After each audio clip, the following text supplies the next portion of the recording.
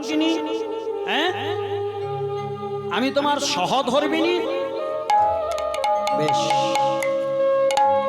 আমি ধরে নিলাম তুমি সহধর্মিনী। আচ্ছা বলো তো, সহধর্মিনীর কাজ কি? বলে সে কি কথা, সহধর্মিনীর কাজ হলো ধর্মের প্রতি সহযোগিতা করা। কোন স্বামী যদি হরিনাম শুনতে না যায়, তুলসী তলায় একটু যদি না গিয়ে বসে, একটু জল না দেয়, স্ত্রীর কাজ হবে তাকে জোর করিয়ে ওই দিকে নিয়ে যাওয়া। তাই তো স্ত্রীকে বলেছে একদিকে যে স্ত্রী হলো পতির গুরু। হ্যাঁ,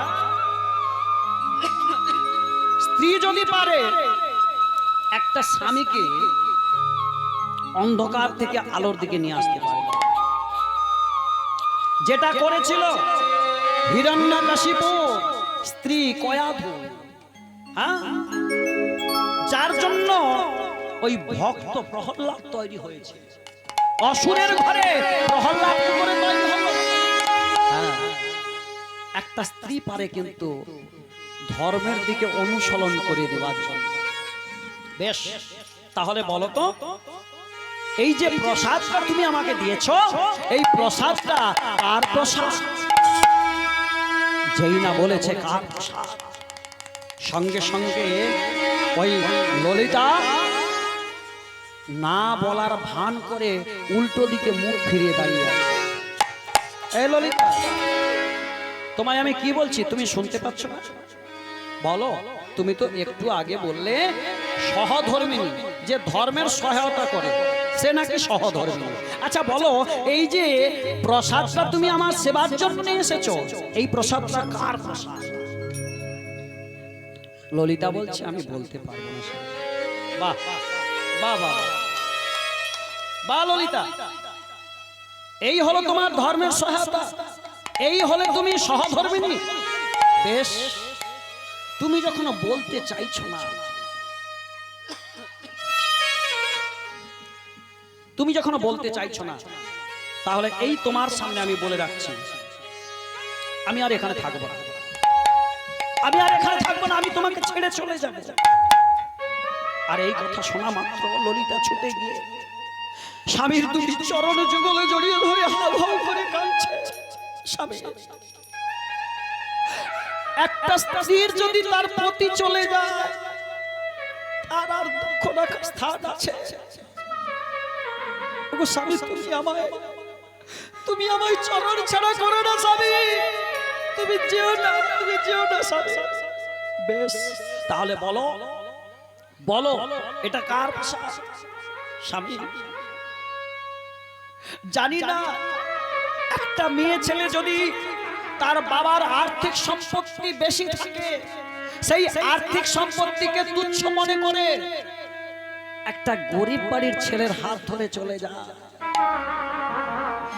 আর সেই বাবার সম্পত্তি ধন দৌলতকে না তাকিয়ে ওই গরিব স্বামীর সংসারে যা কিছু থাকে ধীরে ধীরে সেটাকে নিয়ে ধীরে ধীরে তার সংসারটা প্রতিপালন করে।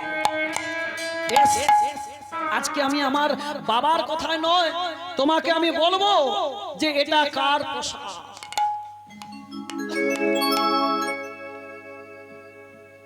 এই প্রসাদটা হলো আমার পিতা আরাধ্য দেবতা নীলমাধবের প্রসাদ। নীলমাধবের প্রসাদ। ললিতা, ললিতা, ও ললিতা, ও ললিতা, আমি তোমায় বলছি, তুমি আর দেরি করো না, তুমি আমায় একটু নিয়ে চলো। এই তোমার আমি হাত ধরে বলছি, না না না না স্বামী, এ হয় না, এ হয় না। কেন হয় না? এ হয় না জানো, যদি আমার বাবা এই কথা শোনে তাহলে আমার দুজনকে জ্যান্ত পুড়িয়ে মেরে ফেলবে। বেশ, তুমি যখন বলছো তোমার বাবা পুড়িয়ে মেরে ফেলবে, আমি ও কথা শুনতে চাই না। তার থেকে তোমার সামনে আমি আমার নিজের জীবনটাকে শেষ করে দেব। সঙ্গে সঙ্গে ললিতা ছুটে গিয়ে স্বামীর দুটো চরণ যুগল জড়িয়ে ধরে বলছে, স্বামী স্বামী তুমি ও কথা বলো না, কিন্তু আজকেই আমি আমার পিতার কাছে গিয়ে বলবো তোমাকে ওই পিতার আরাধ্য দেবতা নীলমাধবের দর্শন করাবে। দেখতে দেখতে পিতা যখন বাড়িতে ফিরে এলো, ওই মেয়ে ছুটে গিয়ে বাবার দুটো চরণ যুগল জড়িয়ে ধরে আঁচলটাকে ওই চরণের কাছে রেখে দিয়ে বলছে, পিতা পিতা। কিরে কিরে ললিতা, কাঁদছিস কেন? কি হয়েছে বল বল। পিতা, আজকে যে কথাটা আমি নিয়ে এসেছি, যে বিষয়টা আমি নিয়ে এসেছি, জানি তুমি এই কথা শুনলে নিজে রেগে যাবে, নিজেকে নিজে ঠিক রাখতে পারবে না, তবু আমি বলছি পিতা, আর জন্মে পাই যেন গো পিতা। পিতা বলো না, বলো না, আমার স্বামীর ইচ্ছা, আমার স্বামীর ইচ্ছা যেন তোমার ওই আরাধ্য দেবতা নীলমাধবের দর্শন পায়। না, কি বললি ললিতা? আমি তোর স্বামীকে ফিরে যেতে বল, তোর স্বামীকে ফিরে যেতে বল। আমি তোর স্বামীকে দেখা দিতে পারবো না, জানিস আমি ওই নীলমাধবের দেখা কাউকে দিই না, কাউকে দিতেও দেব না। যদি কেউ পেতে চায় তাকে আমি জ্যান্ত পুড়িয়ে মারব।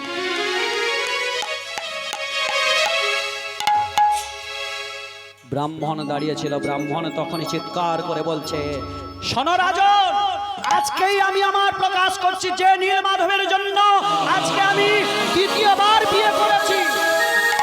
কি বললে? কি বললে? দ্বিতীয়বার বিয়ে করেছ? ব্রাহ্মণ খিলখিল করে হাসছে। রাজা শোনো, আমি তোমার মেয়েকে দ্বিতীয়বার বিয়ে হয়েছে।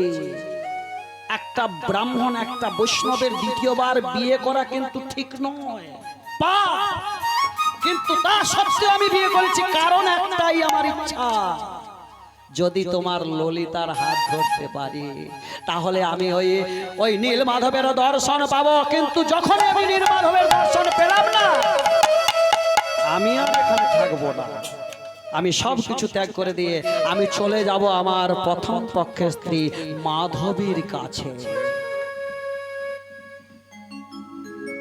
তখন ওই মেয়েকে যখন ছেড়ে দিয়ে চলে যাবে একটা বাবা, যতই যাই হোক সব কষ্ট সয়ে যেতে পারবে, কিন্তু একটা মেয়ে ছেলে যখন বাপের বাড়িতে এসে নয়ন জলে কাঁদে, কোনো বাবা ঠিক থাকতে পারে না, কোনো মা ঠিক থাকতে পারে না, মা বাবা দুজনেই ঝরঝর করে কাঁদে। তেমন একটা ছেলে যখন বাড়ি থেকে যখন ওই বাইরের রাজ্যে যখন কাজ করতে যায়, তখনও মায়ের চোখ থেকে ঝরঝর করে জল গড়িয়ে পড়ে, তখনও পিতার নয়ন থেকে ঝরঝর করে ওই নয়ন জল থেকে নয়ন জলটা ধীরে ধীরে গড়িয়ে পড়ে। তাই ওই বিশ্বাবসু আর সহ্য করতে পারল না, নয়ন জলে চিৎকার করে বলছে, হ্যাঁ হ্যাঁ আমি দেখা দেব, কিন্তু দেখা দিতে পারি, কিন্তু এর ভেতরে কথা আছে, একটা শর্ত আছে। কি শর্ত? দেখা দিতে পারি, কিন্তু তোমার ওই স্বামীর চোখ দুটো পট্টি দিয়ে বাঁধা থাকবে। দ্বিতীয় কথা হলো, আমি আমার কমণ্ডলর জল থলাক থলাক আওয়াজ করব, ওই আওয়াজটা শুনে পেছনে পেছনে আসতে হবে, আমি কোনো স্পর্শ করে রাখবো না, ধরে রাখবো না। তৃতীয় কথা হলো, যদি কোনো হিংস্র জন্তু বা সর্পে ওকে কেটে ফেলে বা খেয়ে ফেলে, তার জন্য আমি দায়ী থাকবো না। আর এই যে ভয়ের কথা যেই শুনেছে, ললিতা একটা সর্ষের পুটলি নিয়ে গিয়ে বিদ্যাপতির কোমরে বেঁধে দিল। আর বিদ্যাপতি কি করলেন? ওই সরষের পুটলির নিচে একটা ছাঁদা করে দিলেন। এবার একটু আসি বাবা, বলবো না বিশ্রাম করে দেব? হবে তো? বলে নিতাই গৌর প্রেমানন্দে হরি হরি বল, হরি বল, হরি বল। এবার বিশ্বা বসু পূর্ব জন্মে কে ছিল? এই জগন্নাথ আজকালকার দিনে। এবার মেন পয়েন্ট গুলো এসেছে বাবা, একটু মন দিয়ে শুনুন, বেশি বলবো না, একটু বলে দিই, কেন এর হাজার হাজার তত্ত্ব আছে। জগন্নাথ লীলা কেউ কোনোদিন শেষ করতে পারে না, এ পর্যন্ত কেউ শেষ করে বলেও দিতে পারে না। তার লীলার মাহাত্ম্য কে বলবে? এই যে জগন্নাথ মন্দিরে এই যে আপনারা সিঁড়িতে পা দেন, একটু লক্ষ্য করে দেখবেন, জগন্নাথ যখন এই কথা বলে দিলেন, প্রচার করে দিলেন, কেউ যদি আমাকে দর্শন করে তার পুনর্জন্ম ন বিদ্যতে। হ্যাঁ, কেউ যদি আমাকে দর্শন করে তাহলে তাকে আর পুনর্জন্ম হতে হবে না এবং তিনি গোলকধাম প্রাপ্তি হবে। এদিকে যমরাজ কেঁদে কেঁদে চলেছে জগন্নাথের কাছে, হে জগন্নাথ, তাহলে এই পরিস্থিতিতে আমি যে বসে আছি, আমার যে এতগুলো নরক, 28টা নরক আছে, এ নরকে কাকে নিয়ে যাব? সবাই যদি তোমায় দর্শন করে ফেলে।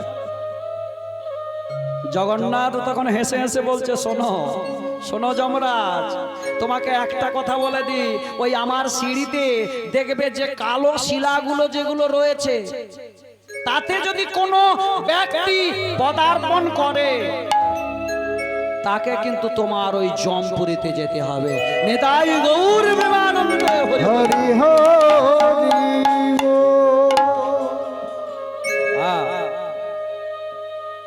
বিদ্যাপতিকে নিয়ে চললেন, পথ চলিতে আর বলিতে, পথ চলিতে আর বলিতে, পথ চলিতে আর বলিতে, পথ চলিতে আর বলিতে,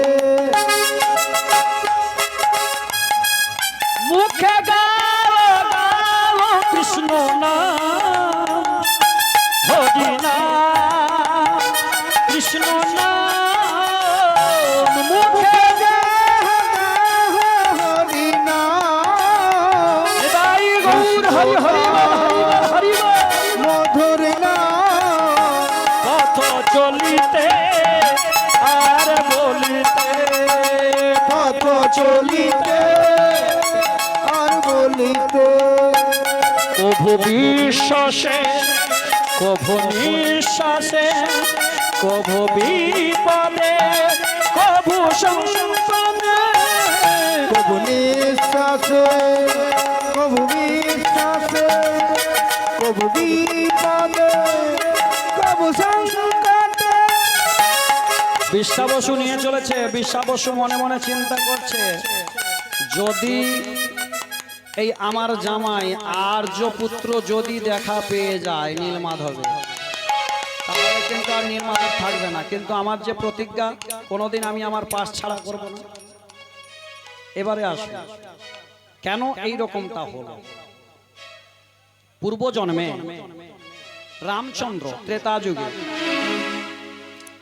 যখন ত্রেতা যুগে রামচন্দ্র তার সীতা দেবীকে হারিয়ে বনে বনে ঘুরছে, তখন হনুমান একটা কথা বললেন, প্রভু তুমি ওই লঙ্কেশ্বরী রাবণকে তুমি হারাতে পারবে, কিন্তু ওর ভেতরে একটা কথা আছে, যদি তুমি ওই বালির কাছে যদি যেতে পারো, কিষ্কিন্ধার রাজা হয়ে যে বসে আছে বালি, ওই বালির কাছে যদি যেতে পারো, ওর 1000 বানর সেনা নিয়ে তুমি যদি ওই লঙ্কেশ্বরী রাবণের সঙ্গে যুদ্ধ করতে পারো, তাহলে তোমার সীতা দেবীকে তুমি উদ্ধার করে নিয়ে আসতে পারবে।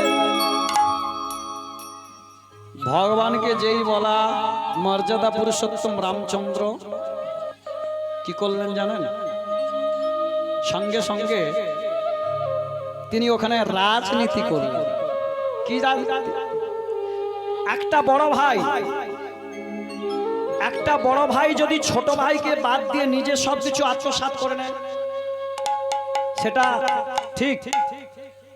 ভুল। বালি করেছিল বড় ভাই হয়ে ছোট ভাই সুগ্রীবকে কোনো কিছু দিয়েছিল না, নিজের গায়ে কত শক্তি, তাই ওই সুগ্রীবকে মেরে ওকে বাড়ি থেকে তাড়িয়ে দিয়েছিল। আর সুগ্রীব কি করেছে, সবকিছু বাদ দিয়ে নিজে গিয়ে গুহার মধ্যে লুকিয়েছিল। রামচন্দ্র সেখানে গেলেন। রামচন্দ্র গিয়ে সুগ্রীবকে বললেন, সুগ্রীব, আজ থেকে তোমাকে আমি মিতালি করলাম, বলো তুমি আমার সীতাকে উদ্ধার করে দেবে? সুগ্রীব বললেন, প্রভু, শুনেছি নাকি তুমি পুরুষোত্তম রামচন্দ্র, মর্যাদা পুরুষোত্তম রামচন্দ্র, অযোধ্যাপুরীর তুমি একমাত্র শ্রেষ্ঠ রাজা, তুমি নাকি যাকে যা কথা দাও একাতরে নাকি পালন করো। তাহলে প্রভু, প্রভু আমার কিছু চাই না, আমি চাই ওই কিষ্কিন্ধার রাজা হতে।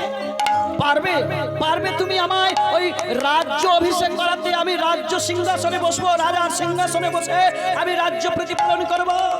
বেশ, আমি তোমায় আশীর্বাদ করছি, তথাস্তু। বলে তাহলে কি করে হবে? বলে এক কাজ করো, তুমি ওই বলির সঙ্গে মারাপিট করো। কি? আরে ওটাই তো সমস্যা। আমার দাদা বালির সঙ্গে আমি তো যুদ্ধে পেরে উঠি নাই, তার জন্য তো আমি লুকিয়ে আছি। বলে এখানেই তো কাজ। বলে কি? বলে যখন মারামারি করবে, যখন যুদ্ধ করবে, আমি কি করব, গাছের আড়াল থেকে ওকে মেরে ফেলব। বলে ভালো প্রভু, তোমার কাহিনী ভালো। বলে কেন? বলে আমাকে দেখতে আর দাদাকে দেখতে হুবহু একই রকম, কেউ চিনতে পারবে না। তাহলে ওই বালিকে মারতে গিয়ে যদি তুমি আমাকে মেরে দাও না, কাহিনী ভালো। ভগবান তোমার চোখে দেখা যায়। এই যে মায়েরা বলে না, এত কষ্ট, এত দুঃখ, এত যন্ত্রণা তোমার কি ঢালা না? হ্যাঁ, বলেন না। শোনো, যে পাপ করছে সে পাপ করছে। ওই যে বড়শি দেখেন না, যারা বড় বড় মাছ ধরে, বড়শিটার নাম কি? ভুল বড়শি। ভগবানের কাজ ওটা। তুমি কত খেলা করবে, খেলা করো, আমি ডোর ছেড়ে দিচ্ছি। হ্যাঁ, খেলো খেলো খেলো। আর খেলতে খেলতে যেদিনকে খেলা শেষ হবে সেদিনকে এমন লাটাই ঘুরাবে না, একবারে মুখ পানে ধরবে, কানতে আর রাত্রি কুলাবে। হরি বল, হরি বল। ভগবান বললেন, শোনো, আমি তোমায় বলছি তুমি যুদ্ধ করো। আর হনুমানকে বললেন, হনুমান, তুমি একটা বনফুলের মালা নিয়ে এসে সুগ্রীবের গলায় দিয়ে দাও। যাও। যুদ্ধ শুরু হয়ে গেল। এবার যুদ্ধ শুরু হতে হতে যখন সুগ্রীবকে গদার উপরে গদা প্রহার করছে, ভগবান রামচন্দ্র কি করলেন, গাছের আড়াল থেকে অমোঘ বাণটি নিক্ষেপ করে দিলেন। আর যেই অমোঘ বাণটি নিক্ষেপ করে দিল, সঙ্গে সঙ্গে ওই ধরাশায়ী হয়ে গেল বালি। আর এই বালির মৃত্যু দেখে বানাঘাতে যখন ধরাশায়ী হয়ে গেল, পুত্র অঙ্গদের কাছে কথাটা পুত্রের কানে গেল। সঙ্গে সঙ্গে ওই পুত্র ছুটতে ছুটতে এসে পিতার মৃত্যুর খবর শুনে ওই পিতার বুকের উপরে আছাড় খেয়ে পড়ে বলছে, কে গো, কে গো তুমি আমার পিতাকে কূটনীতি করে, রাজনীতি করে, কুচ্ছুচ্ছি করে আমার পিতাকে মেরে ফেললে গো। যখন ওই পিতার বক্ষ মাঝে ওই মাথাটি আঘাত করে করে কাঁদছে, রামচন্দ্র ছুটে এসে ওই অঙ্গদের মাথায় হাত বোলাচ্ছে। বাবা, যখনই রামচন্দ্র হাত বোলাচ্ছে, বলো বলো বলো বৎস, তোমার কি চাই বলো। সঙ্গে সঙ্গে অঙ্গদ বললেন, প্রভু, যদি আমায় আশীর্বাদ দিতে হয় এই আশীর্বাদ দাও, আমি যেন পিতৃহত্যার প্রতিশোধ নিতে পারি। রামচন্দ্র বললেন, তথাস্তু। হনুমান বললেন, প্রভু এ কি করলে? লক্ষ্মণ বললেন, প্রভু এ কি করলে, এ কি বললে? যার একটা কনিষ্ঠ আঙুলের হিলনে গোটা বিশ্ব লয় হয়ে যায়, তাকে নাকি একটা মানুষ, একটা নর, সে নাকি মেরে ফেলবে। এত বড় সাহস। ভগবান বললেন, শোনো, অঙ্গদ আমাকে মারবে ঠিকই, কিন্তু এই যুগে নয়, পরের যুগে, দাপর যুগে আমি হব কৃষ্ণ, আর তুমি হবে জরাবেদ। আর আমি যখন লীলা অবসান করব, সেই লীলার শেষ প্রান্তে তুমি আমার বাম পায়ে তুমি একটা তীর বিদ্ধ করবে, আর সেই তীর থেকে আমি আমার দেহ পরিবর্তন করব। এর ভেতরে আরো কথা আছে বাবা। কেন বাম পায়ে মেরেছিল, কি কারণে বাম পায়ে লাগলো, আর কি কারণে বা ওই যে তীরটা লাগলো, তীরটার ফলা কি ছিল, এ অনেক কথা বাবা। জরাবেদ ওই অঙ্গদ হলেন কার ছেলে? জরাবেদ, জরার রাজা। ওই মানে যাকে বলা হয়, আমরা যাকে ভালো কথায় বলি জালি। হ্যাঁ, এবার বলি, একটু বলে দিই তাহলে আপনি বুঝতে পারবেন। একদিন ভগবান যখন দ্বারকাপুরীতে আছেন, ভগবানের কতজন মেয়ে বউ ছিল বলুন তো, স্ত্রী ছিল কতজন? রাধে রাধে, ঘুম আসছে নাকি? ঘুম আসছে? কতজন স্ত্রী ছিল ভগবানের? হ্যাঁ, বাবা বলে দুজন, বলে না না না, 16,108 বলে একটা নিয়ে আমরা সামলাতে পারি।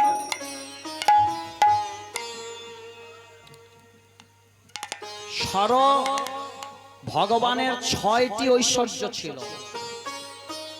6টি ঐশ্বর্য। তার জন্য ভগবানকে দেখেছেন কোন সময় তার দাঁড়িয়ে বেরিয়ে যেতেন? ভগবানের কোন সময় দাঁড়িয়ে আছে দেখেছেন? কোন সময় চুল পেকেছে দেখেছেন? হ্যাঁ, ভগবান কোন সময় বৃদ্ধ হয়েছে দেখেছেন? ভগবানের 6টি ঐশ্বর্য ছিল। তার জন্য ভগবান স্বয়ংই ভগবান, আর কেউ ভগবান নয়, ওই তিনি একাই ভগবান। আর ওই ভগবান ওই যে 16,108 জন গোপিনীকে বিয়ে করেছিলেন, ওই কি আমাদের মতো প্রেম আলাপ করবার জন্য না, উদ্ধার করবার জন্য। 8 জন মেন, 8 জন মহিষী ছিলেন। আর এই 8 জন মহিষীর ছেলে শাম্ব, এই শাম্ব কি করতেন? দাম্ভিকতা।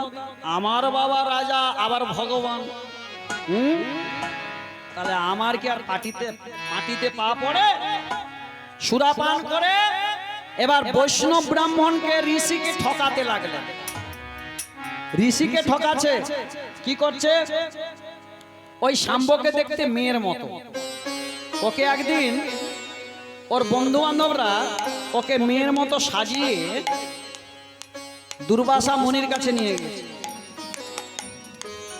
দুর্বাসা মুনির কাছে নিয়ে গিয়ে অঙ্গি ভঙ্গি দেখাচ্ছে। হয় এখনকার দিনে তো মেয়ে ছেলে যদি একটু হেসে ফেলে, বলে ও আমাকে মনে হয়। দেখুন সে পাশে মুখ হলাচ্ছে, রাধে রাধে। দুর্বাসা মুনির কাছে গিয়ে বলছে, বলো তো যে মুনিবর এদিকে তাকান। তোমাকে ধ্যান করতে হবে না, শুনেছি নাকি তুমি খুব তেজস্বী ঋষি। এবার দেখবো তোমার তেজ কতটা আছে। শাম্ব বলছে, আচ্ছা। এবার বন্ধুদেরকে বলছে, তোমরা বলো, বলো, শুরু করো। বন্ধুরা বলছে, আচ্ছা বলো তো, এই যে মেয়েটা আছে না, এই মেয়েটা কত সুন্দর দেখতে, আর এই মেয়েটাকে যদি আপনি দেখে পেলেন, আপনিও প্রেমে পড়বেন। হ্যাঁ, এই মেয়েটা যে গর্ভবতী হয়েছে, বলুন তো, এই যে গর্ভবতী হয়েছে, এর গর্ভে ছেলে সন্তান না মেয়ে সন্তান রয়েছে, এটা একটু বলে দেন তো। আপনি তো ত্রিকালজ্ঞ ঋষি, আপনি বলে দেন। ব্রাহ্মণ বৈষ্ণবের সঙ্গে কোনোদিন ছলনা করবেন না, এখনই বলে যাচ্ছে। জয় রাধে। ব্রাহ্মণ যদি ভুল করে, তার জন্য সে সাজা পাবে, আপনি সাজা পাবেন না। আপনি তাকে ডেকে নিয়ে এসছেন, তার যা কর্ম দক্ষিণা দিয়ে দেবেন, তারপর সে ভোগ করবে। যারা মিলন করিয়ে দেব, হ্যাঁ একটু চলবে। তখন ওই দুর্বাসা মুনি রেগে গিয়ে কি বলেছিলেন জানেন? রেগে গিয়ে অভিশাপ প্রাপ্ত করেছিল, শোন তোর ওই যে মেয়ে যাকে সাজিয়েছিস তার গর্ভে কোনো সন্তান নেই, ওর গর্ভে আছে একটা লোহার মুদ্গর, আর সেই লোহার মুদ্গর থেকে তোর যদু বংশ সব ধ্বংস হয়ে ছুটে গেল পিতার কাছে, ছুটে গেল। সেদিনকে ভগবান কৃষ্ণর আর কিছু ভালো লাগছে না, বৌমা লক্ষণা, বৌমা সুলক্ষণা খেতে দিতে চাইছে, ভগবান বলছে না আমার কিছুই ভালো লাগছে না। হ্যাঁ, দুর্যোধনের মেয়েকে বিয়ে করে নিয়ে এসেছিল দুর্যোধনার ভগবান বেয়ান মশাই। হ্যাঁ, ওই বৌমাকে বললেন আজকে আমার কিছুই ভালো লাগছে না। ভগবান তো জানতে পেরে গেছে। হ্যাঁ, ভগবান দেখলেন কাঁদতে কাঁদতে ওই তার বন্ধুরা এবং শাম্ব এসে হাজির। বলো, এই লোহার মুদ্গর আজকে আমরা অভিশাপ প্রাপ্ত হয়ে লোহার মুদ্গর পেয়েছি, এটা নিয়ে কি করব? বলে শোন, কোনদিন কাউকে কারুর সঙ্গে চালাকি করতে নেই।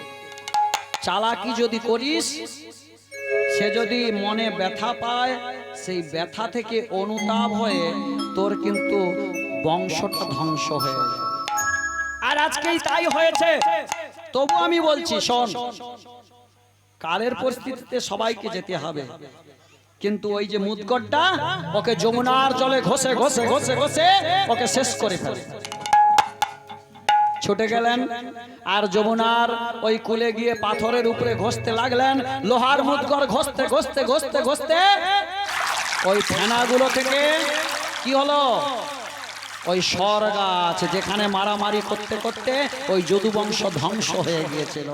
আর ওই দেখলেন যে ছোট একটা হাতে ধরা যাচ্ছে না লোহা, বললেন কি করব এখানে? বলে এতটাই তো খাইয়ে দিয়েছে, আর ওইটুকু কি হবে, ফেলে দে। এবার যমুনার জলে ওই তলিয়ে তলিয়ে চলে যাচ্ছে চাকচাক করতে করতে একটা বোয়াল মাছ খেয়ে ফেললেন। আর যেই খেয়ে ফেললেন, ওই বোয়াল মাছটা গিয়ে জরা ব্যাধের হাতে পড়ল। হ্যাঁ, জরার পুত্র জরা ব্যাধ তারই হাতে পড়লো। সে কি করলেন? যখন মাছটার পেট কেটে দিলেন, দেখলেন একটা সোনার মতো যেন চকচক করছে। কি করলেন? বলে একে আমি একটা সাজিয়ে রাখবো, আমি যখন ওই মৃগয়া করতে যাব সেই সময় ওটাকে আমি কাজে লাগাবো। কি করলেন? একটা তীরের ফোলা করে নিলেন। আর সেদিনকে ঠিক সন্ধ্যের সময় ভগবানের 125 বৎসর পূর্ণ হয়ে গিয়েছে। হ্যাঁ, সেদিনকে ভগবান কি করছে? বংশীধ্বনি করছে। মনের দুঃখে শুনে বসে বসে বংশীধ্বনি করছে। আর এদিকে জরাব্যাধ চিন্তা করলো, হায় রে, আমি যে মৃগয়া করে দিনের পর দিন আমি হরিণ শিকার করে, আমি পশু পাখি শিকার করে নিয়ে যাই, বাজারে বিক্রি করে আমি অর্থ নিয়ে এসে স্ত্রীর মুখে ছেলের মুখে অন্ন তুলে দিই। আজকে সন্ধ্যা হয়ে যেতে চলেছে, আর এই সন্ধ্যা হতে হতে চলেছে এই দুকালের এক বেলায় আমি তো কোনো পশু শিকার করতে পারলাম না। হে ঈশ্বর, আজকে তুমি আমার কপালে কি রেখেছো? নয়নে জলে যখন কাঁদছে, হঠাৎ দেখতে পেল যেন হরিণের কানটা নড়ছে। ভগবানের ওই চরণটা ঠিক গোলাপি রঙের, আর সেই চরণটা ও মনে করলো এটা মনে হয় হরিণের কান। আর সেটাই মনে করে ও কি করলেন? দূর থেকে একটি ওই ফলাটা, যে ফলাটা বানানো ছিল, ওটাকে নিয়ে সঙ্গে সঙ্গে একটা মানুষের আর্তনাদ, ছুটে গিয়ে দেখে না স্বয়ং ভগবান ওই কদম্ব বৃক্ষ থেকে নিচে পড়ে গেছে। তখন ভগবানকে বলছে, হে ভগবান, তুমি আমায় ক্ষমা করো না, আমি যে পাপী। যে ভগবান তিনি গোটা বিশ্বকে ধরে রাখে, আর সেই ভগবানকে আজকে আমি মেরে ফেললাম। প্রভু, তুমি আমাকে ক্ষমা করো না প্রভু, তুমি আমাকে ওই জমালয়ে জমের বাড়িতে পাঠিয়ে দাও। সঙ্গে সঙ্গে ভগবান বললেন, জরাবে শোনো, তোমার কাছেই আবার আমি পুজো নেব। হ্যাঁ, দিনের বেলায় তুমি পুজো করবে, আর রাত্রি বেলায় দেবতাগণ আমাকে পুজো করবে। এই কথা বলার সঙ্গে সঙ্গে পাশেই ছিল অর্জুন। অর্জুন কি করলেন? ভগবানের দেহটাকে নিয়ে ওই প্রভাসের তীরে নিয়ে গিয়ে তাকে কোন শাস্ত্র বললেন অগ্নি দগ্ধীভূত করে দিলেন, আবার কোন শাস্ত্র বললেন অর্ধেক পড়াই করবার পর ওই দেহটাকে প্রভাসের জলে ফেলে দিলেন। শাস্ত্রে বললেন যে ওই আমাদের যেমন পুরো দেহটা পুড়ে যায়, নাভি কমলটা পুড়ে না, সেরকম ভগবানেরও নাভি কমলটা সেদিনকে পুড়েছিল না। আর ওই নাভি কমলটাকে নিয়ে আমার অর্জুন কি করেছে? প্রভাসের জলে ভাসিয়ে দিলেন। সেই দিন থেকে প্রথা আছে, সেই দিন থেকে আমাদের প্রথা আমরা মেনে চলে এসেছি। পিতা মাতা কেউ দেহত্যাগ করলে তার ওই অস্থি নিয়ে গিয়ে গঙ্গায় আমরা ভাসিয়ে দিই। আর এই করতে করতে এদিকে ওই যখনই ওটা ভাসিয়ে দিয়েছে, নীল হয়ে জ্বলতে জ্বলতে যখন ওই নদীর জলে প্রভাসের জলে ভাসতে ভাসতে যখন সমুদ্রে পতিত হয়েছে, এদিকে জরাব্যাধ হয়েছে বিশ্বাবসু। আর বিশ্বাবসু হয়ে রাস্তায় ওই জঙ্গলে জঙ্গলে ঘুরছে। আর যখন জঙ্গলে জঙ্গলে ঘুরছে, তখন বিশ্বাবসু দেখলো, হঠাৎ দেখতে পেল জলে আগুন জ্বলে জ্বলে যাচ্ছে, আবার নীল রঙের। এটা কি করে সম্ভব? তাই ছুটে গিয়ে যেই না হাত ধরে, সঙ্গে সঙ্গে দৈববাণী হলো, দাঁড়াও দাঁড়াও বিশ্বাবসু, হাত দেবে না, যদি তুমি হাত দাও জ্বলে পুড়ে ছাই হয়ে যাবে। শোনো, আমি এই নীল ভাবে জ্বলছি, যেমন আমি তেজস্পুঞ্জ রূপে আমি থাকবো নীল মাধব হয়ে। আমি নীলগিরিতে নীল মাধব হয়ে থাকবো।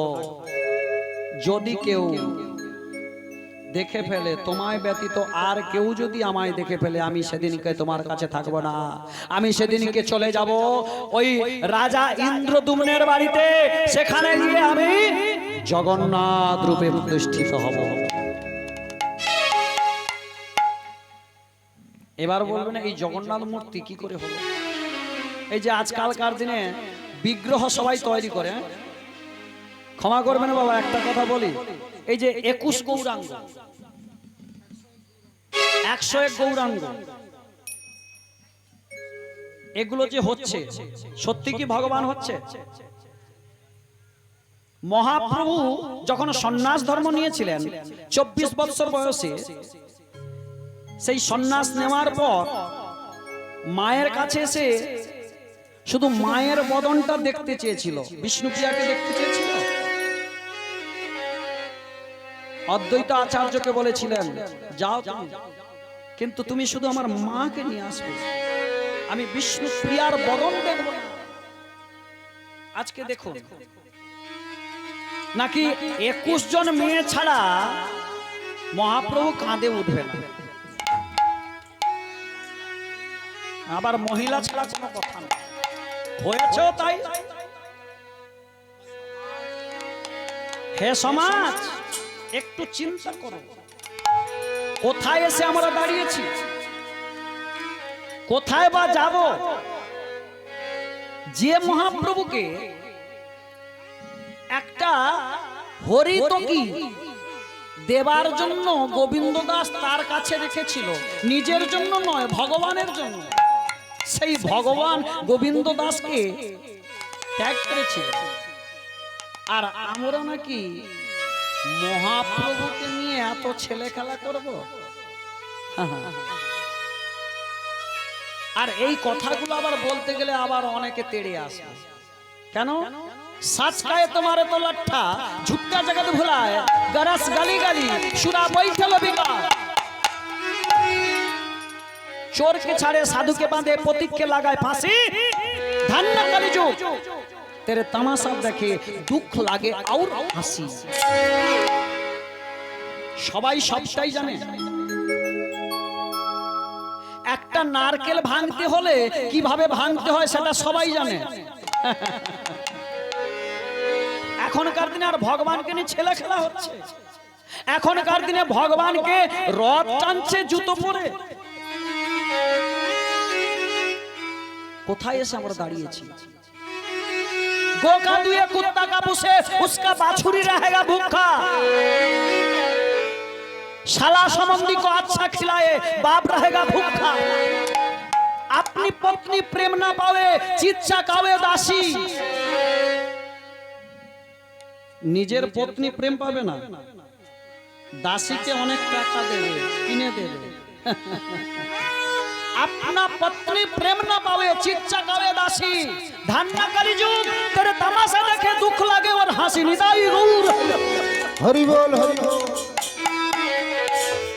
নরোত্তম দাস একটা শেষের সময় একটা পদ লিখে গিয়েছিল,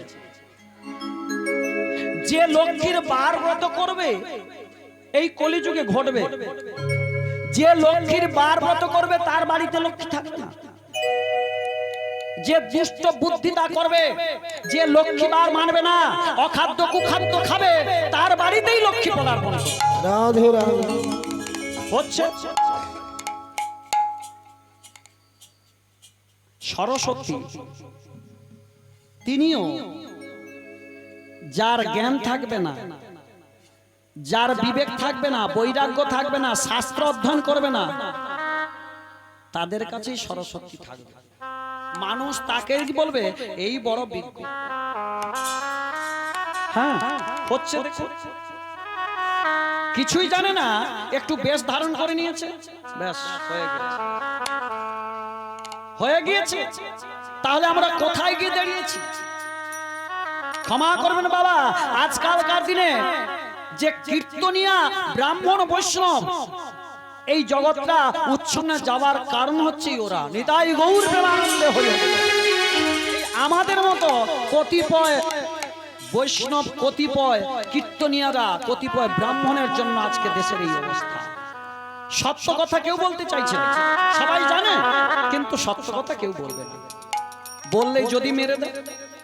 হয়েছিল আমার এক জায়গায় আমি গিয়েছিলাম, ওই শুধু আমি বলেছিলাম সাধ্য কিভাবে করতে হয়, দেখে যাও খেয়াল। ব্রাহ্মণরা এমন চরম অশান্তি করলেন, রাত্রেই আমাকে বাড়ি ফিরে চলে আসতে হলো। থাক বাবা, বেশি না, জয় রাধে। এই বিদ্যাপতি যখন ওই নীলমাধবকে দর্শন করতে গেল, বিশ্বাবসু বললেন আর্যপুত্র তুমি দর্শন করো, আর আমি চললাম ওই জঙ্গল থেকে ফুল ফল তুলে নিয়ে এসে আমি এখানে কাঠ সংগ্রহ করে নিয়ে এসে এই রোহিণী কুণ্ডতে আমি অগ্নি সংযোগ করে আমি এই নীলমাধবের সেবা পরিচর্যা করব। হলো, উনি চলে গেলেন।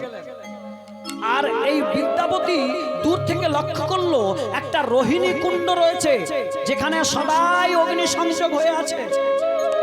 হ্যাঁ, সেই রোহিণী কুণ্ডে হঠাৎ দেখা গেল একটা বায়স পাখি। বায়স পাখি মানে কাক। ওই বায়স পাখিটা উড়ে গিয়ে ঝপাস করে পড়ে গিয়ে ওই বায়স পাখিটা কি করেছে, দেহ পরিবর্তন করে দেবতা হয়ে উড়ে উড়ে চলে যাচ্ছে। আর বিদ্যাপতিকে বলছে, বিদ্যাপতি আর্যপুত্র তুমি আর থেকো না এখানে, যদি তুমি এখানে থাকো তোমার শ্বশুর তোমাকে পুড়িয়ে মেরে ফেলবে এই রোহিণী কুণ্ডে। সে কোনো মতে চায় না যে তার ভগবানকে এখানে কেউ নিয়ে যাও। তুমি চলে যাও, তুমি গিয়ে রাজাকে নিয়ে এসো। ছুটে গেলেন, রাজাকে নিয়ে এলেন। দেখা গেল কি রাজাকে নিয়ে এসে দেখে আর এখানে নেই, নীলমাধব এখানে নেই। দৈববাণী হলো, যাও তোমরা ওই দধি সমুদ্রের জলে তিনটি কাষ্ঠ হয়ে। একটি কথা বলা হয়নি মায়েরা, এই যে জগন্নাথের যে বিগ্রহটা, ওটা কোন কাষ্ঠের তৈরি বলুন তো? নিম। কি বলেন মায়েরা? নিম কাঠ। আপনারা খবরে দেখেছেন নিম কাঠ? শাস্ত্র অধ্যয়ন করতে হয়। শাস্ত্রে বললেন এটা হলো দারু ব্রহ্ম। দারু ব্রহ্ম, ওটা নিম কাঠ নয়, ওটা শাল কাঠ নয়, ওটা সেগুন কাঠ নয়, দামি দামি কাঠ নয়। অত সোজা? আমার বাড়িতে কাঠ আছে, আমি নিয়ে গিয়ে ঠাকুর বানিয়ে নেব, সস্তা। ওই জন্য সেটাকে ধাম বলেছে, ধাম। ভগবানের এখনো পর্যন্ত তিনটি কাষ্ঠ ভেসে আসে, ওই দধি সমুদ্রের জলে তিনটি কাষ্ঠ ভেসে আসে। লোকজনের সহযোগিতায় পান্ডারা গিয়ে ওই তিনটি কাষ্ঠকে কোনো গাড়ি যানবাহনের দ্বারা নয়, কাঁধে করে নিয়ে এসে এখানে কে তৈরি করে? মানুষ তৈরি করে। বিশ্বকর্মার গুরুদেব, নামটি ভালো করে শুনে নেন, অনন্ত মহারানা। বিশ্বকর্মার গুরুদেব অনন্ত মহারানা, তিনি ওই ভগবানের মূর্তি তৈরি করে। হ্যাঁ, এবারে আসুন, এই জগন্নাথ জানলো কিভাবে এটা যে জগন্নাথের মূর্তি? এরকম বা হবে কে জানলো? আমরা যেটা শুনি, 21 দিন টাইম নিয়েছিল অনন্ত মহারানা, নিয়ে খাওয়ার দাওয়ার নিয়ে আর তার যন্ত্রপাতি নিয়ে তিনি ওই দারু ব্রহ্ম নিয়ে ভেতরে প্রবেশ করলেন। দরজা জানলা বন্ধ করে দিয়ে দিনের পর দিন তিনি কি করলেন? 21 দিন সময় নিয়েছিলেন। 21 দিনের মধ্যে উনি বিগ্রহ, পূর্ণ বিগ্রহ তৈরি করবেন। এ রানী, এ তো ধৈর্য নাই, এ অধৈর্য হয়ে স্বামীকে খালি কথা দিচ্ছে, দেখনি কেন মরিছে তো মনে হয়। আরে 4-5 দিন হলো কোনো আওয়াজ পাচ্ছি না কেন? বলে দাঁড়াও না, তুমি কেন এরকম করো বলো তো, একটু দাঁড়িয়ে যাও। এই করতে করতে 10 দিন কেটে গেল।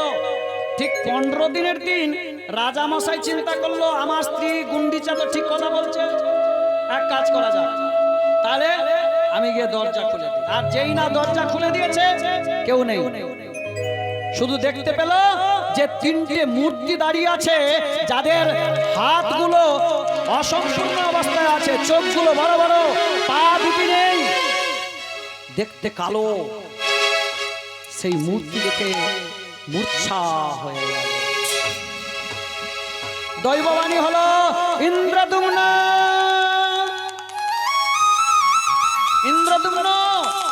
শোনো, এই যে প্রতিষ্ঠা হয়েছে, এই যে বিগ্রহগুলো তৈরি হয়েছে, এই বিগ্রহগুলো আর কেউ বিগ্রহ নয়, এই তিনটে বিগ্রহ হলো জগন্নাথ, বলদেব, মাঝখানে আমার বোন সুভদ্রা।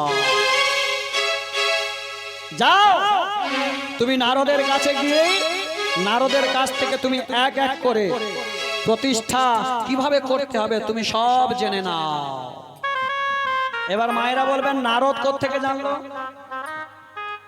দাপর যুগে, অনেক কথা বাবা, দাপর যুগে যখন এই যে কৃষ্ণচন্দ্র রাজা হয়েছিল, তো দ্বারকার রাজা, কি 4টে ধাম আছে তো নাকি? কি কি 4টে ধাম? বদ্রীনাথ, রামেশ্বরম, আর দ্বারকাপুরী, আর জগন্নাথ ধাম। এই 4টি ধাম, আর কোন ধাম নেই বাবা। এই 4টি ধামের মধ্যে দাপর যুগে দ্বারকাপুরীতে যখন রাজা হয়ে বসেছিলেন, যখন ঘুমাতে যেত, এই ঘুমন্ত অবস্থায় এই 8 জন মহিষী ছিল। রুক্মিণী সত্যভামা, হ্যাঁ, এরকম করে 8 জন ছিল না? এই 8 জন শুনতে পেত রাজা আমাদের স্বামী যে নাকি সবার বিচার করে, সে আবার ঘুমে ঘুমে ভুল বকে রাধা রাধা রাধা। বলে বাহ, একটা পুরুষ মানুষ যদি আমার নাম কমলা, ধরুন আপনার নাম কমলা, আপনার স্বামী ঘুমন্ত অবস্থায় কমলা না করে যদি বলে পটলের মা, আপনার অবস্থা কেমন হবে বলুন? বলে কি জ্বালা। রুক্মিণী সত্যভামা এরা অষ্টমহিষী, এরা গিয়ে নালিশ জ্বালানেন কার কাছে জানেন? বড় মা রুক্মিণীর কাছে। ভুল বললাম, হরে কৃষ্ণ। বড় মা রোহিণীর কাছে গিয়ে নালিশ করলেন, হে রোহিণী দেবী, হে রোহিণী মা, বড় মা, আচ্ছা বলো তো, তোমারই ছোট ছেলে যদি ঘুমিয়ে ঘুমিয়ে একটা অন্য মেয়ের কথা বলে, সেগুলো কি সহ্য করা যায়? বলে কার কথা বলে? বলে রাধা রাধা করে উচ্চারণ করে। বা আরে এ তো তোদের পরম সৌভাগ্য রে। বলে কি? হ্যাঁ, পরম সৌভাগ্য। আরে যে রাধা তোদের স্বামীকে ভালোবাসতে গিয়ে বৃন্দাবনে না, তোর স্বামীকে ভালোবাসতে গিয়ে তার 10 অবস্থা হয়েছিল। ওই রাধারানী পাথর হয়ে গেছে রে। হ্যাঁ, দুঃখে পাথর হয়ে গেছে, জানিস? বলে তাহলে ওই রাধারানীর কথা আমাদেরকে শোনাতে হবে। বলে বাবা রে বাবা, ও সব কথা আমি বলতে পারবো না। যদি বলতে হয় সবার সামনে বলা যাবে না, একটা ঘরের ভেতরে বসে দরজা জানলা বন্ধ করে দিয়ে আবার দাঁড়িয়ে রাখতে হবে। কেন? এই কথাগুলি যদি কৃষ্ণ বলরামের কর্ণ করে যায় তাহলে কিন্তু সমস্যা হয়ে যাবে। কি করলেন? দাড়ি রাখলেন সুভদ্রা মাইয়াকে। হ্যাঁ, সুভদ্রাজিও দাড়ি থাকলেন, বললেন তোমার 2 দাদা এলে ভেতরে প্রবেশ করতে দেবে না। ঘরে যখন এইসব কথা আলোচনা হচ্ছে তখন কিন্তু আর সিংহাসনে ওরা বসে থাকতে পারছে না, ওরা ছুটে এসেছে। কৃষ্ণ এসে বলছে, ভাই ওই বোন আমাকে ওখান থেকে তুই সরে দাঁড়া, আমাকে প্রবেশ করতে দে। বলে না দাদা, এখানে প্রবেশ করা যাবে না, বড় মায়ের বারণ আছে। বলে বেশ, বারণ রয়েছে, প্রবেশ করতে দেওয়া যাবে না, কিন্তু শুনতে তো বারণ নেই। কি করলেন? কান পেতে শুনতে লাগলেন। আর শুনতে শুনতে ওই কি করলেন, যখনই শুনছে রাধারানীর 10 অবস্থার কথা, নিজে কি করলেন, থাকতে পারলেন না, তার হাতগুলো সংকুচিত হয়ে গেল। রাধারানীর দুঃখের কথা শুনে ভগবান স্বয়ং ভগবানের হাত দুটো সংকুচন হয়ে, পা দুটো আর থাকলো না, চোখগুলো বড় বড় হয়ে গেল। তখন এই অবস্থা দেখে বলরাম দূর থেকে দেখতে পেয়ে গিয়ে ও ছুটে এসে যেই না ধরেছে, সঙ্গে সঙ্গে বলরামের এই অবস্থা। 2 দাদার এই অবস্থা দেখে বোন ভগিনী ওই সুভদ্রা গিয়ে যেই না ধরেছে, তারও একই অবস্থা। নারদ চিন্তা করলো, দ্বারকাপুরীতে ভগবান আছে, অনেকদিন তো দেখা হয় নাই, তাই আমি এবার ভগবানের কাছে যাই। তাই কি করলেন, বিনা বাজাতে বাজাতে যাই, বিনা বাজাতে যাই, বিনা বাজাতে বাজাতে যায়, বিনা বাজাতে বাজাতে যায়। নারদ সদাই মুখে হরি বাজাতে বাজাতে যায়, যায় রে, বিনা বাজাতে বাজাতে যায়, বিনা বাজাতে বাজাতে যায়। এসে দেখলেন কি, সিংহাসনে তো রাজা মশাই নেই, তাহলে মনে হয় অন্তর্মহলে আছে। এবার হরিনাম করতে করতে অন্তর্মহলে গিয়ে দেখে না 3টে বিগ্রহ। এ তো কোনোদিন এই বিগ্রহ দেখে নাই। চিন্তা করলো এসব বিগ্রহ কার? মনে মনে ভয়ে কি করলেন, ওই বিগ্রহগুলো দেখে চিৎকার করে বলতে লাগলেন, নারায়ণ নারায়ণ নারায়ণ। আর যেই না নারায়ণ বলেছে, সঙ্গে সঙ্গে ওই বিগ্রহগুলো আবার নিজের জায়গায় এসে উপস্থিত হলো। কি? সেই কৃষ্ণচন্দ্র ওই জগন্নাথ থেকে আবার কৃষ্ণ হয়ে গেলেন, বলদেব থেকে বলরাম হয়ে গেলেন, ওই সুভদ্রা জিউ থেকে সুভদ্রা মাইয়া হয়ে গেলেন। এবার নারদ মুনি জিজ্ঞেস করছে, প্রভু এই যে বিগ্রহগুলো দেখলাম এগুলো কি নামে প্রতিষ্ঠিত হবে, কি নামে পুজো হবে? তখনই ভগবান নারদ মুনিকে বলেছিল, কলিযুগে যখন প্রথম কালে ওই ইন্দ্রদুম্ন রাজার মন্দিরে, হ্যাঁ, বিশ্বকর্মা যে মন্দিরটা বানাবে, এখনকার দিনে তো আমরাই মন্দির বানাচ্ছি, তখনকার দিনে কিন্তু ওই জগন্নাথের মন্দির যেটা গিয়ে দেখছেন ওটা কিন্তু মানুষের হাতে নয়, বিশ্বকর্মা নিজেই বানিয়েছেন। ওই মন্দিরটা নিজেই বিশ্বকর্মা বানিয়েছেন। এত কারুকার্য কারুর পক্ষে সম্ভব নয়। হ্যাঁ, একটু লক্ষ্য করে দেখবেন। এই নারদ মুনি কে বললেন, শোনো, আমি এই জগতে জগন্নাথ বলরাম সুভদ্রা রূপে আমি ওখানে প্রতিষ্ঠিত হব। নারদ মুনির কাছে গেলেন কে? ইন্দ্রদুম্ন রাজা। এবার নারদ মুনি ঢেকিতে চাপিয়ে ইন্দ্রদুম্ন রাজাকে নিয়ে গেলেন ব্রহ্মলোকে। প্রতিষ্ঠা কে করবে? আজকালকার দিনে আমি ব্রাহ্মণ, আমি বৈষ্ণব। বলে ব্রাহ্মণ বৈষ্ণব কি হবে? যদি কেউ নয়ন জলে বিগলিত হয়ে একটু মন তুলসী দিয়ে ভগবানের ডাকে, তাতেই ভগবান কাফি। হ্যাঁ, ওই আমি ব্রাহ্মণ, আমি বৈষ্ণব, এর ছোঁয়া খাবো না, তার ছোঁয়া খাবো না, হ্যাঁ, অত কিসের গোড়ামি? এখনকার দিনে অনেক ভক্ত বেরিয়েছে, ও মাছ খায়, ও মাছ খায়, ওর হাতে খাবো না। ও যদি মাইকের ফোন ধরে, আমিও ওর দ্বিতীয়বারে যে মাইকের ফোনটা ওটাও ধরবো। কত হিক্কার বাবা! হ্যাঁ, আরে তুমি বলছো যে মাছ খায় সে নাকি ভগবান পাবে না? আচ্ছা বলো তো, সে যে যখন টাকাগুলো দান করছে সেটাকে স্বাচ্ছন্দ্যে পকেটে ঢোকাচ্ছে কি বাবাজি? হ্যাঁ, আচ্ছা ওই টাকাটাই কি কোন রক্ত লেগে নেই? তখন যে থতু দিয়ে, আরে খাওয়া হয়ে গেল তো। রাধে রাধে। ভগবান বললেন, মাছ মাংস যে খায় সে কি আমায় পাবে না? পাবে। কিন্তু এখানে একটা কথা, বৈষ্ণবদেরকে আগেই বললেন সাধু সাবধান। কেন? এই যে দ্রব্যগুলো, মাছ মাংস পেঁয়াজ রসুন, হ্যাঁ, এই দ্রব্যগুলোর গুণ আছে।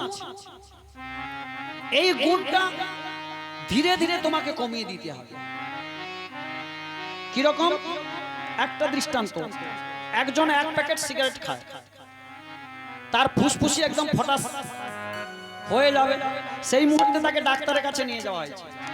ডাক্তারবাবু বলছে, যে পটল বাবু, এরপর থেকে আর এক প্যাকেট সিগারেট খাওয়া যাবে না, এরপর থেকে তুমি হাফ প্যাকেট খাবে, খাবে খাবে হাফ প্যাকেট খাবে। এরপরে তারপরে এবার নিয়ে যাওয়া হয়েছে, বলে না আর হাফ প্যাকেট নয়, এবারে দুটো খাবে, সারাদিনে দুটো। তারপরে আবার নিয়ে যাওয়া হয়েছে, বলে এবার থেকে বাদ। হ্যাঁ, তাহলে ধীরে ধীরে আমাদেরকে কমাতে হবে। রাধে রাধে। যার যেটা খাওয়ার ইচ্ছে খান, কিন্তু গলায় তুলসী মালা পরুন, একটু ভগবানের তুলসী দেবীর কাছে গিয়ে বসুন। এই যে এখন কীর্তনীয়রা বলছে যে এই যে ছোট ছোট থালা, ছোট ছোট গ্লাস যে কোম্পানি তৈরি করেছে, ওরা নাকি ভুল তৈরি করেছে। আমার তো মনে হয় ওরা ঠিক করেছে। আরে যদি থাকে তাহলে তো ছোট থেকে শুরু করব না। আরে ছোট যদি না হয় তাহলে বড় হবে কি করে? হ্যাঁ, যত ত্যাক্ত তত ব্যক্ত, হ্যাঁ, যত নিচু তত উঁচু। হ্যাঁ, নিচু যদি না হতে পারো উঁচু হবে কি করে? তারপর বলে তুমিও তো একদিন ওই অবস্থায় ছিলে রে বাপ, তুমি আজকে হয়েছো, তাহলে ওদেরও সুযোগ করে দাও, ওদেরকেও গলায় মালা পরিয়ে দাও, ওদেরকেও আলিঙ্গন করে কাছে টেনে নাও। হ্যাঁ, প্রত্যেকের কর্তব্য যে মানুষকে ভালোবাসতে হবে। মানুষের মধ্যেই ভগবান আছে। জীবের সেবা শিবের সেবা, সেটা না করে নিজেরা পুজো পাওয়ার জন্য আমরা কি করছি? আমরা তাদেরকে থুৎকার করছি, আমি জাহির করছি আমি মাছ খাই না, আমি মাংস খাই না, এটা করি না সেটা করি না। বাবা তোমার যদি এত কিছু আছে তোমার রাগ কেন এত? কে এত রাগ কিসের? এত টাকা কিসের? হ্যাঁ? একটাই কথা বাবা, যখন ট্রেন চলে না, ট্রেনটা 1 মিনিটের জন্য দাঁড়ায়, ওই ভিড়ের সঙ্গে ঢুকে যাও, তুমিও ভেতরে ঢুকে যাও। আর যখন হরিবোল বলা হয় না, তুমি যদি একজন হরিবোল বলছে আর একজন বলে দেখি ওর কি হয়, ওই দেখতে দেখতে প্ল্যাটফর্মে পড়ে রয়ে যাবে, হরিবোল বলা হবে না। নিতাই গৌর হরি হরি বল। হরি বল, হরি বল। তাই ব্রহ্মার কাছে যখন নিয়ে গেলেন, ব্রহ্মা কি করলেন? ব্রহ্মা বললেন বসুন বসুন বসুন, একটু ধৈর্য ধরুন। নারদ, তুমি যাকে নিয়ে এসো আমি বুঝতে পেরেছি, ওর কি খবর আমি সব জানি, তুমি একটু বসো। ব্রহ্মা সেই সময় ভাগবত পাঠ অধ্যয়ন করেছিলেন, ভাগবত পাঠ করেছিলেন। এবার ব্রহ্মার একদিন সমান কত সময় বলুন তো? কে বলতে পারে? ব্রহ্মার একদিন সমান কত সময়? একটু নিজেরা মনে রাখুন। সত্য, ত্রেতা, দাপর, কলি, এই 4ই যুগ একসঙ্গে হলে এক দিব্য যুগ গণি। এই 4টি যুগ মিলে একটা দিব্য যুগ। এই দিব্য যুগ থেকে 71 বার ফের হলে তাকে বলা হয় 71 মন্বন্তর। বুঝতে পারছেন? তাহলে সত্য তেতা দাবর কলি, সত্য তেতা দাবর কলি, সত্য তেতা দাবর কলি, এরকম করে 71 বার ফের। এবার 71 বার ফের হওয়াকে বলা হয় এক মন্বন্তর। আর ওই এক মন্বন্তর থেকে আবার 14 বার ফের হলে 14 মন্বন্তর, 14 মন্বন্তরে হয় ব্রহ্মার এক দিবস অর্জিত। নিতাই গৌর হরি হরি বল। বলে ক্যালকুলেটারে ধরবে না বাবা। তাহলে এই সময়টা কেটে গেছে, তাহলে একটুক্ষণ সময় মানে কত সময় কি?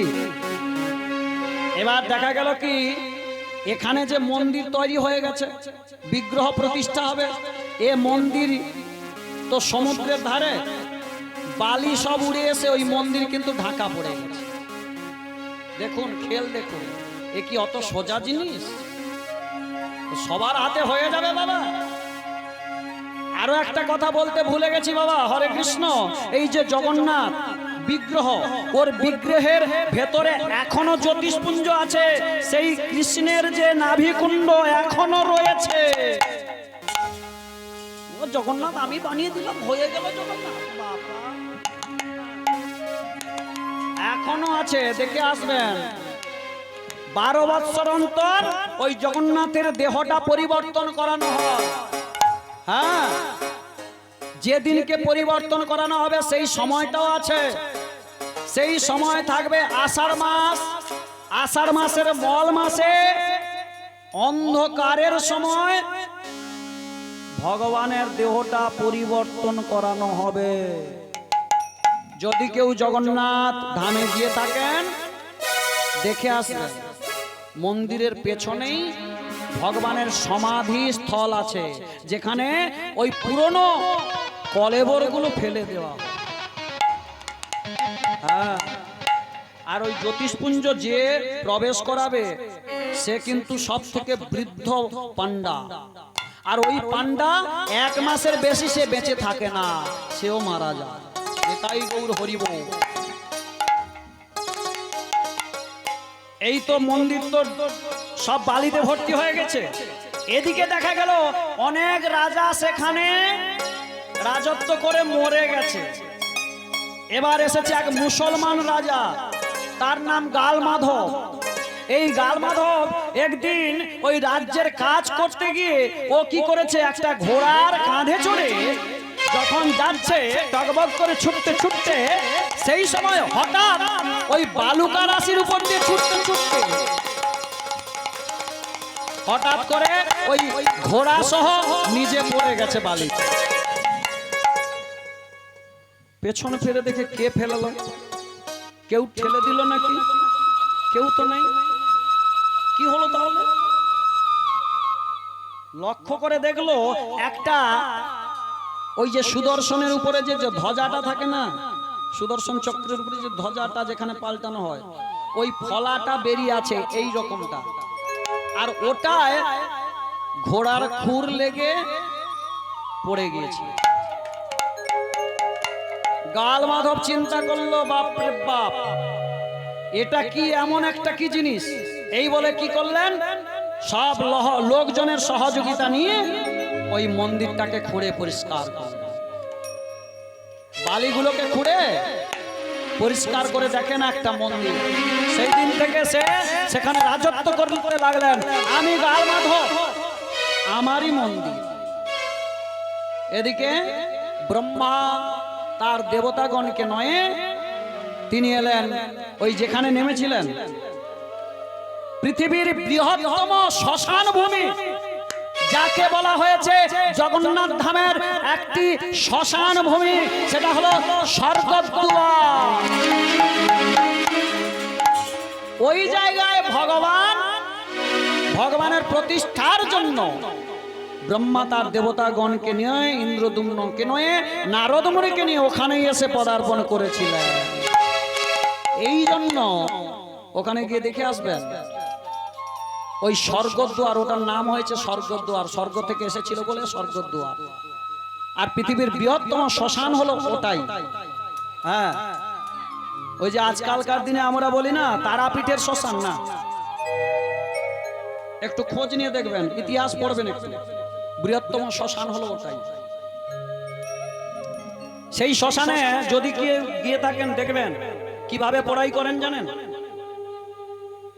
সেখানে ঘি দিয়ে পোড়াই করা হয়, ঘি দিয়ে মানুষকে শুইয়ে দিয়ে, তার দেহটাকে শুইয়ে দিয়ে কিছু কাঠ দিয়ে ঘি দিয়ে মন্ত্রপুত করতে করতে ওই শেষ, আর যেটা থাকবে ওটাকে তুলে সমুদ্রে ফেলে দেবে।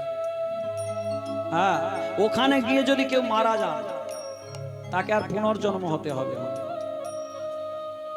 তারপর আবার একটা কথা আছে, এই কলিযুগের শেষ প্রান্তে সম্বলপুর গ্রামে বিষ্ণু যশার ব্রাহ্মণের বাড়িতে কলকিদেব আসবেন, ভগবান আসবেন। আবার এই কলির অবস্থা খুব খারাপ আছে। একদিন এমন একটা আসবে, কেউ আর হিন্দু ধর্ম মানবে না, হিন্দু ধর্ম কেউ মানবে না। হিন্দুদের মেয়েদেরকে, মায়েদেরকে জোর করে তুলে নিয়ে যাবে মুসলমানরা, কাফের তুলে নিয়ে গিয়ে, যেটা বাংলাদেশে শুরু হয়ে গেছে বাবা, তুলে নিয়ে যাবে, তুলে নিয়ে গিয়ে জোর করে তাদের সতীত্ব নাশ করবে, তারপর তাদেরকে মেরে ফেলবে।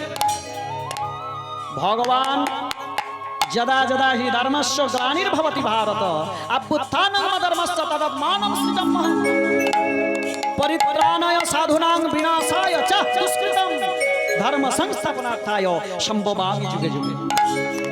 ভগবান বললেন, আমার ধর্মের যখন গ্লানি হয়, আমার ধর্মের যখন অবমাননা হয়, আমি তখন আসি প্রতিষ্ঠা করবার জন্য, ওই দুষ্টদেরকে দমন করবার জন্য, পরিষ্কার করবে।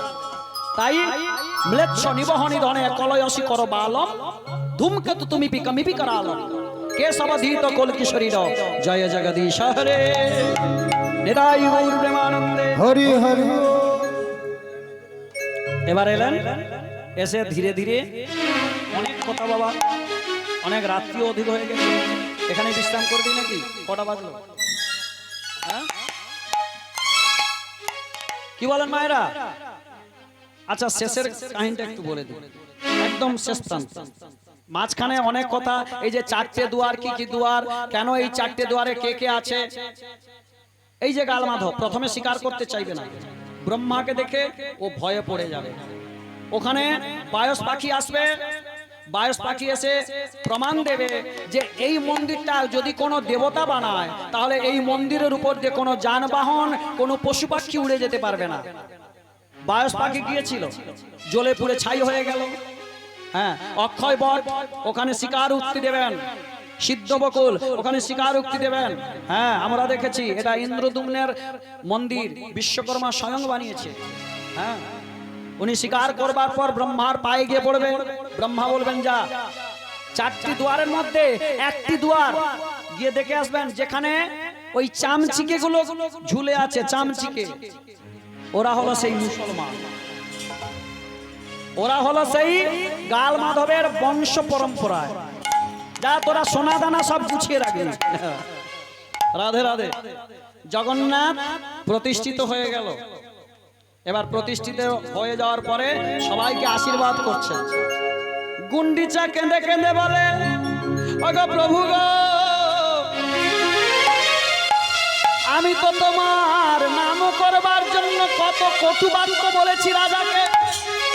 আরে শোন, তোকে আমি মা বলবো না, মা আমি তোকে বলবো না, কিন্তু তোকে আমি মায়ের থেকে মাসির দরদ বেশি না, তোকে আমি মাসি বলে আখ্যা দেব, যেই 8 দিন তোর বাড়িতে গিয়ে থাকবো। রাধে রাধে। এবার বিদ্যাবতীর প্রথম পক্ষের ছেলেরা, প্রথম পক্ষের যে ছেলেগুলো কার, মাধবীর সন্তান, তারা কি করবে, পুজো অর্চনা করবে। হ্যাঁ, আর বিদ্যাবতীর যারা বংশধর, পিতৃকুলের যারা বংশধর, তারা কি করবে, তারা ওই রাঁধুনি, রাঁধুনি তৈলাগিরি করে না, জয় দেওয়া হয় না, তৈলা পুজোরির জয় দেওয়া হয় না, হ্যাঁ জয়। ওরা রাঁধুনির ব্যবস্থা করবে, আর লক্ষ্মী দেবী রান্না করবে। হ্যাঁ, ভান্ডের উপরে ভান্ড দিয়ে, 7টা ভান্ড দিয়ে রান্না হবে। আর সেই রান্নার ভোগ আগে জগন্নাথকে লাগানোর পরে বিমলা দেবীর ঘরে যাবে। বিমলা দেবী এ কালী, এও মায়ের আর একটি স্বরূপ। এই বিমলা দেবী প্রসাদের জন্য ওখানে গিয়ে স্থান নিয়েছিলেন। আর ওখানে যে জগন্নাথ আছে, সেই জগন্নাথের কাছে একজন আছে ভোলানাথ। সেই ভোলানাথকে গিয়ে দেখবেন, সেই ভোলানাথের এখনো তুলসীর দ্বারা পুজো হয়, তুলসীর দ্বারা পুজো হয়।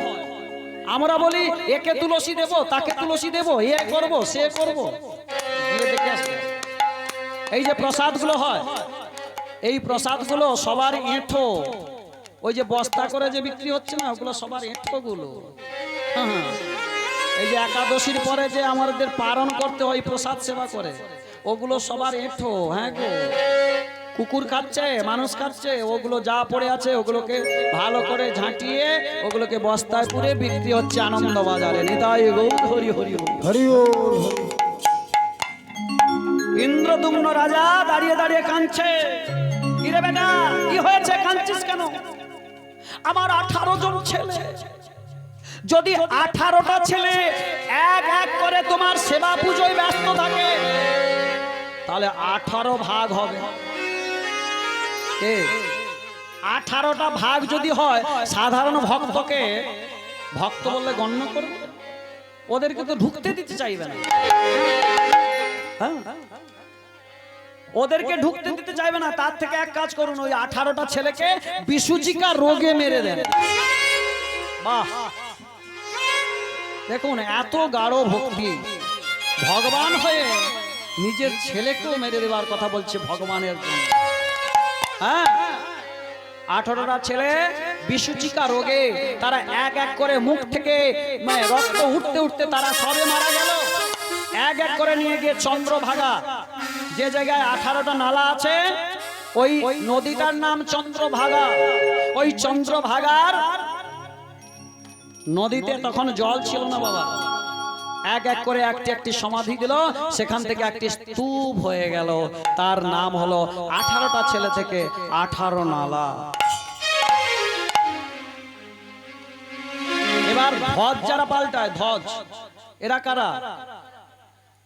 এই ধ্বজ যারা পাল্টায়, মন্দির যারা পরিষ্কার করে, এরা কারা জানেন? এরা হলো ওই ললিতার বংশধর। এই যে আমরা বলি জগন্নাথকে 108 কলসির দ্বারা, জগন্নাথ বলদেব সুভদ্রা জিউকে 108 কলসির দ্বারা স্নান করানো হয়। স্নান পূর্ণিমা গেল না, বলে না ভগবানের জ্বর হয়। ও শুধু ভগবান শুধু লীলা করবার জন্য বলে আমার জ্বর হয়েছে। এখনো ভগবানের বুকে স্পন্দন হয়, ডাক্তাররা দিয়ে দেখে। ওই কি যেন তেন ধাম নাকি? জগন্নাথ ধাম, পুরী ধাম। হ্যাঁ, সেই জগন্নাথ বলে না, জ্বরটা বড় কথা নয়, বড় কথা কি ললিতার বংশধর তারা কি বানের জলে ভেসে এসেছিল? তাদের হাতে আমি 15 দিন কাল সেবা পুজো পাবো। রাধে রাধে। অলক্ষে, এটা সবার সামনে নয়। কেন? লোকাপেক্ষা, মানুষরা ঠাট্টা বিদ্রুপ করবে। কি জগন্নাথ, সে সবর জাতীয়, তারাও যদি সেবা করে কি ভগবানকে দেখো। আমাদের তো অহংকার হয়। আরে ভগবান যদি সবরের দাঁতে কাটা ফল যদি খেতে পারে, তুমি কত বড় মহাপুরুষ ব্রাহ্মণ হয়ে গেছো, তোমাকে ছাড়া পূজা হবে না? সবাই পুজো করবেন, যে যার পুণ্যে সে তার তোরে। মা মেয়ে ব্রত করে, ওই মা জল দিয়েছে বলে বৌমা বলে আমি তোমারই মা তো দিয়া দিচ্ছে। আরে না, মা দিয়েছে, মার পুণ্য হবে, তুমি দাও। প্রত্যেকেরই কর্তব্য। মনুষ্য জন্ম হওয়া একটাই কাজ, ভগবানের চরণে নিবেদন জানাও। তুমি ফোটাও বলে ফুটি গো দয়া,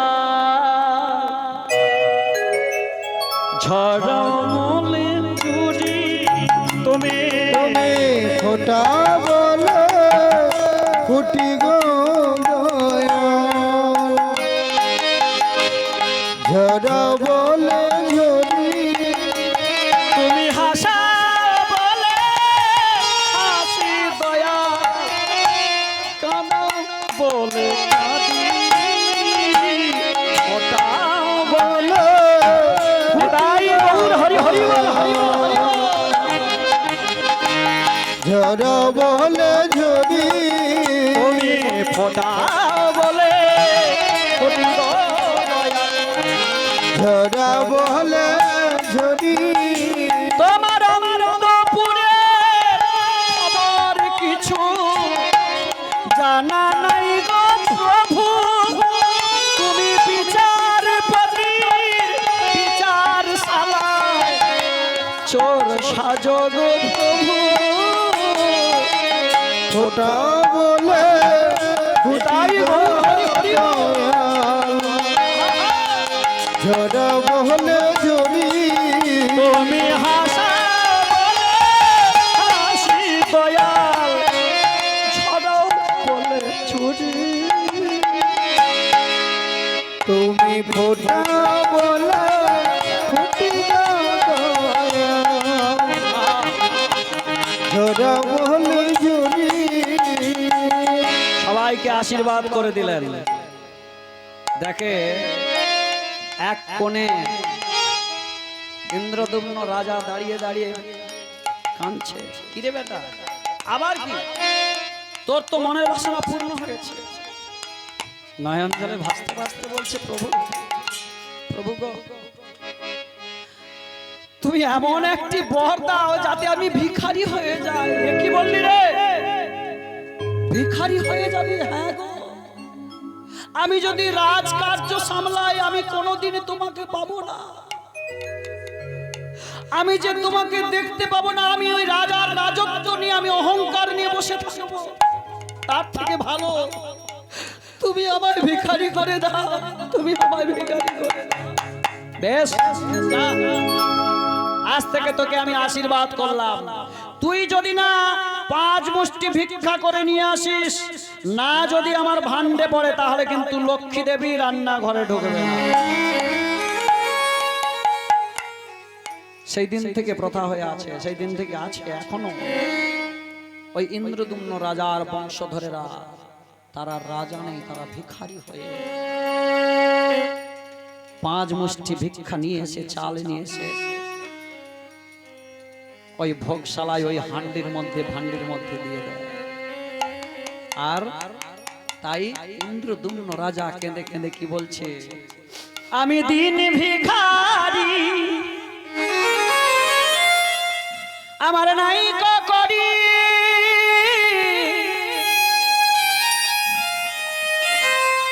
মাগো একটি পয়সা দাও।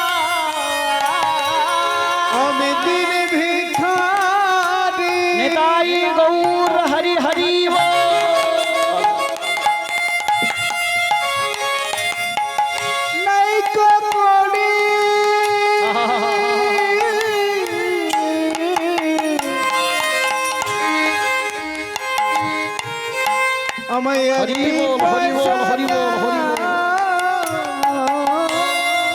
দিন ভিখারি আমি নাই করি আমার একটি পয়সা আমি দিন ভিখারি আমার নাই করি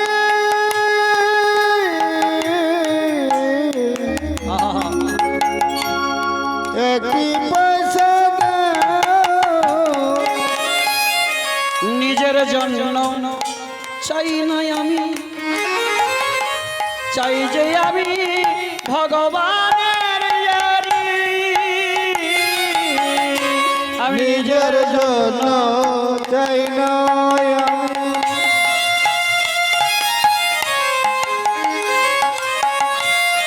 চাই যে আমি ভগবানের দাবি তাই ঘুরে ঘুরে বাড়ি বাড়ি ঘুরে ঘুরে ঘুরে বাড়ি বাড়ি আমি ভিক্ষা চেয়ে মরি।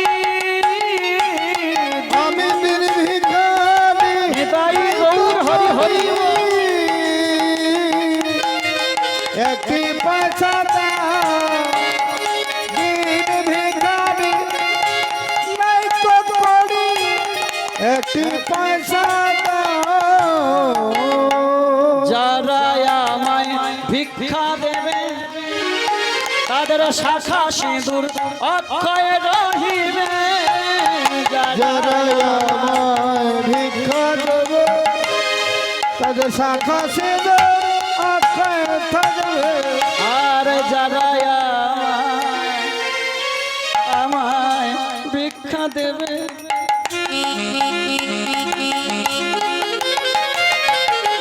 তাদের পুত্র পরিজন ভালো থাকবে। যারা আমায় ভিক্ষা দেবে পুত্র পরিবার ভালোই থাকবে। আমি ঘুরি ফিরি বাড়ি বাড়ি ঘুরি ফিরি বাড়ি বাড়ি আমি ভিক্ষা চেয়ে মরি। দিন ভিখারি নাই করি নিতাই গৌর হরি হরি একটি পয়সা আমি দিন ভিখারি আমার নাই করি একটি পয়সা আমার একটি পয়সা একটি পয়সা নিতাই গৌর হরি হরি জয় নিতাই। এই যে ভিক্ষা করলাম বলে আপনারা ভাববেন না যে গোপাল বাবু নিয়ে চলে যাবেন না, আমি কোথাও থেকে নিয়ে যাই না। কি করি, যেখানে কমিটি বৃন্দরা আছে ভক্ত সেবায় আমি দান করে দিই।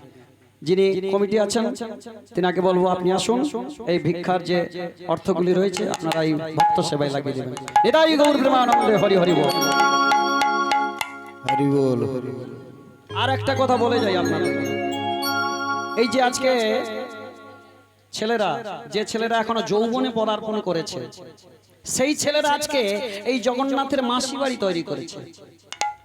কি ক্লাব? New superstar club. ক্লাবেও শুরু হয়ে গেছে হরিনাম। তাহলে আপনারা একটু সহযোগিতা করুন, আপনারা হাত বাড়িয়ে দেন।